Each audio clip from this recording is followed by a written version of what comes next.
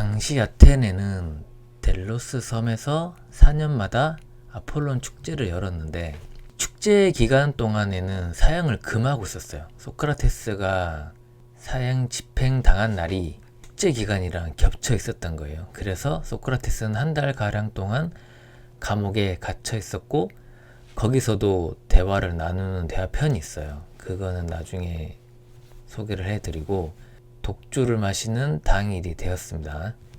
친구여, 여태껏 말한 내용들을 요약하면 우리가 사는 동안 지혜, 덕, 경건 같은 영혼에게 이로운 덕목들을 발달시키기 위해 못할 일이 없지 않은가. 난 육체의 쾌락을 그만두고 지혜의 쾌락, 육체의 쾌락은 접하기가 쉽잖아요. 뭐 성욕이나 술도 마찬가지고. 근데 이 지혜의 쾌락에 대해서 이런 것이 있는지도 모르는 사람들이 대부분이에요. 제가 대화를 해보면 이 책을 읽으면서 어떤 깨우침을 얻을 때가 있어요.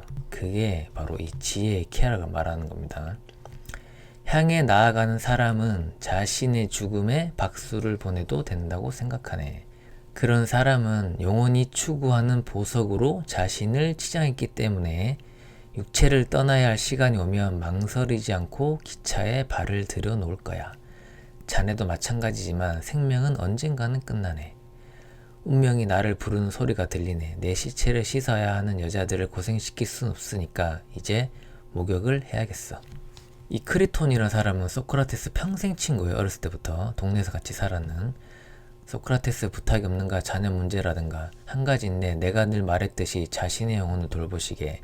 이게 자신과 주변 모두를 위한 유일한 길이네. 우리는 최선을 다하겠네. 자네를 어떻게 묻어줄까?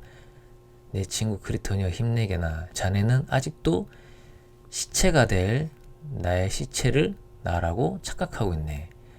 간수 소크라테스여, 전 감옥에 온 모든 사람 중에 당신이 가장 훌륭하다는 사실을 알고 있기에 무례하게 행동하지 않겠습니다. 다른 사람들은 독약을 마시라고 하면 저를 저주합니다. 하지만 당신은 그러지 않으시겠죠. 안녕히 가십시오. 저는 시키는 대로 할 뿐입니다. 우리는 자주 얘기를 나누었지. 자네는 참 좋은 사람이야. 나를 위해 진심으로 눈물도 흘려주고 말이야. 독약이 준비되었으면 가져오라고 하시게. 소크라테스여, 독약을 마시고 걷다가 다리가 무거워지면 누우시면 됩니다. 저 세상으로 가는 여행이 편안할 수 있도록 신에게 기도드려야겠어. 기도대로 이루어질 거야. 거기 누가 울고 있는가? 내가 여자들은 들여보내지 말라고 한 이유가 여기 있었네. 사람은 조용히 죽어야 한대. 감각이 있으십니까? 없네. 독이 심장까지 침투하면 마지막이군. 크리톤, 아스클레피오스에게 닭 한 마리를 빚졌네. 잊지 말고 꼭 갚아주게나. 그러겠네. 더 할 말이 없는가? 소크라테스는 태연하게 독약을 마셨어요. 그 모습을 본 우리는 모두 울었습니다. 참으려 했지만 참을 수 없었어요. 소크라테스가 죽어서 슬프다기보다는 그런 친구와 이별하고 혼자 남겨진 자신이 서글퍼서 울었던 것 같습니다. 소크라테스는 마지막으로 이해할 수 없는 말을 남겼는데, 크리톤, 아스클레피오스에게 닭 한 마리를 빚졌다고 말했는데 그게 대체 무슨 뜻인가요? 당시 아테네에는 병에 걸렸다가 회복하게 되면 감사의 의미로 으스루의 신인 아스클레피오스에게 닭 한 마리를 바치는 문화가 있었다고 합니다. 추측하건대 소크라테스는 치유하는 과정을 삶이라고 생각을 했고, 완쾌되는 순간이 죽음이라고 생각했던 것 같습니다. 삶이라는 게 어떻게 보면은 병 자체고, 병이라는 거는 결국 근본이 무지에서 온다고 보고 있었잖아요. 이 무지에서 죽음이라는 것이 완쾌돼서 치료되는 순간, 이런 생각을 하셔서 그런 말씀을 하셨다고 모든 학자들이 추측하고 있습니다.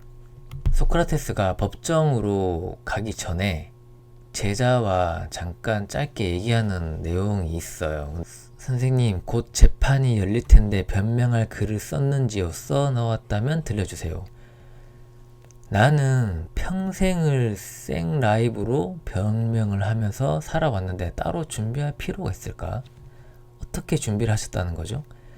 나는 평생을 정의와 부정, 아름다움과 추함 등을 연구하지 않았나. 정의롭다고 생각되면 행동에 바로 옮겼고, 부정하다고 생각되면 어떤 행동도 하지 않았네. 이런 내 행동들을 70년 동안 준비를 하고 연습을 했는데 내가 굳이 법정에서 따로 준비를 할 내용이 있을 거라고 생각하나? 변론은 잘못했다가 죄 없이도 감옥에 갇히거나 사형을 당하는 경우가 있었어요. 또 죄가 있는데도 변론을 잘해서 무죄로 풀려나는 경우도 있었고요. 그런 사실은 나도 알고 있네만 나는 그 때문에 변명거리를 생각했었는데 정령은 이에 반대했네. 신께서는 이렇게 말씀했다고 생각해 보시게. 소크라테스, 자네는 그쯤에서 생을 마감하는 게 이로울 거야 라고 말이야. 이해하기 어려운 말씀입니다. 친구여, 난 이렇게 생각하네. 나는 나보다 세상을 행복하게 산 사람은 없다고 생각하네. 왜냐면 나는 최대한 선하게 살려고 노력했고 적어도 어제보다는 오늘 조금이라도 선한 사람이 되려고도 노력했다네. 또 난 누구보다 욕심이 적었네. 욕심이 적었기 때문에 신에게도 가장 가까운 사람이라고도 느꼈다네. 이렇게 사는 사람이야말로 가장 행복하게 살 수 있다고 생각하네. 이런 내 생각은 나뿐만 아니라 친구들도 지지해 주었지. 난 지금보다 더 산다고 해도 늙음을 선물 받을 수밖에 없어. 눈은 점점 침침해지고 귀는 어두워져 갈 거야. 기력은 쇠해지고 건망증도 심해지겠지. 그럼 자연스럽게 논박하는 능력도 떨어질 걸세. 젊었을 때 같았으면 한 주먹거리도 되지 않은 사람들에게도 밀리게 되겠지. 앞으로 닥칠 일이라고는 늙어서 능력이 떨어질 일밖에 없는데 자네가 보기에 그런 삶이 좋아 보이는가? 그다지 좋아 보이진 않네요. 내가 사형을 당한다고 해도 슬퍼할 일도 아닐세. 내가 죄 없이 만약에 사형에 처해진다면 나에게 죄를 덮어 씌운 자들은 수치스러워질 테니까 나는 알고 있네. 죄가 없는 사람에게 형벌을 가한 자와 죄가 없는데도 억울하게 처형을 당한 자는 후세 사람들에게 특별한 이름으로 기억된다는 점을 말이야.